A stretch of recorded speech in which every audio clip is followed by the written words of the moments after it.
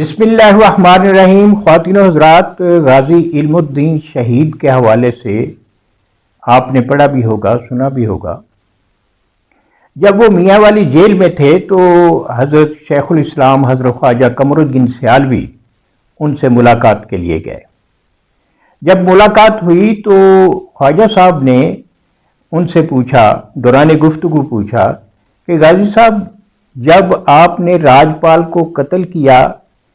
اس سے پہلے ایک آپ کی زندگی ہے، اس کے بعد آپ کی زندگی ہے، تو اس میں کوئی فرق محسوس کرتے ہیں؟ تو انہوں نے مسکرا کر کہا، حضور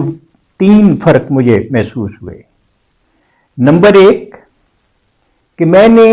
اس کوٹھڑی میں، جیل کی کوٹھڑی میں روشنی میں اپنی جاگتی آنکھوں کے ساتھ روزانہ رحمت عالم صلی اللہ علیہ وسلم کی زیارت کی ہے،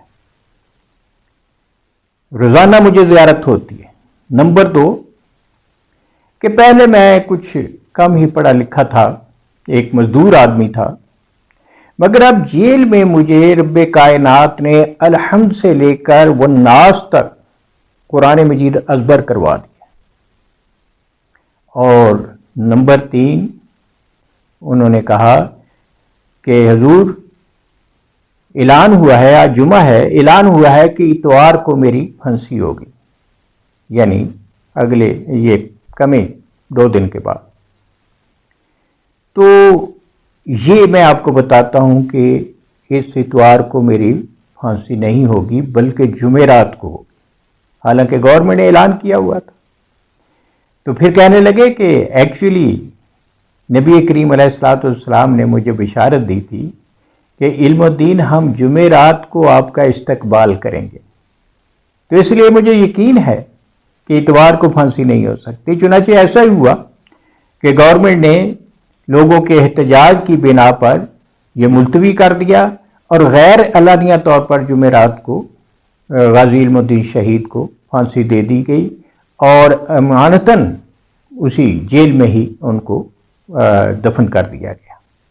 خواتین و حضرات، حضرت خواجہ فخر الدین سیالوی جو ہیں وہ اپنی آنکھوں دیکھا حال بیان کر رہے ہیں کہ جب پھر دوبارہ خواجہ قمر الدین سیالوی صاحب جیل میں تشریف لے گئے، اس وقت جب کہ قبر کشائی ہو رہی تھی اور غازی کے جسد کو وہاں سے شفٹ کرنا تھا، تو اس وقت ہم وہاں موجود تھے، تو وہ کہتے ہیں کہ جتنے بھی ڈاکٹر تھے وہ انگریز ڈاکٹر تھے، انہوں نے ماسک چہرے پر پہن رکھے تھے، لیکن جب قبر کھلی تو سب نے ماسک اتارنے شروع کر دیے، کیونکہ اتنی خوشبو وہاں پھیلی کہ انہوں نے بلکہ مٹی اٹھا اٹھا کر سونگھنی شروع کر دی۔ وہ کہتے ہیں کہ وہ حیران تھے، اور خوشبو بھی ایسی تھی کہ نہ گلاب کی، نہ چنبیلی کی، نہ مشک کی، نہ عنبر کی، بلکہ وہ کوئی دوسرے جہان کی خوشبو تھی جس کو کبھی کسی نے سونگھا ہی نہیں تھا۔ اور پھر وہ کہتے ہیں کہ شہید کا چہرہ تھا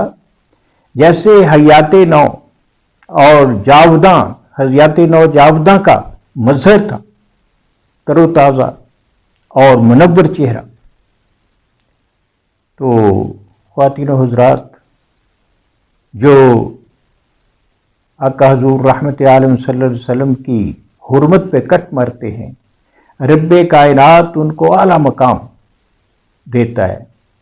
اور ان کے مقام اور عظمت کو بعض اوقات دنیا میں ہی ظاہر کر دیتا ہے، جیسے غازی صاحب کے کیا گیا۔ مولا کریم ہمیں بھی عمل کی توفیق عطا فرمائے۔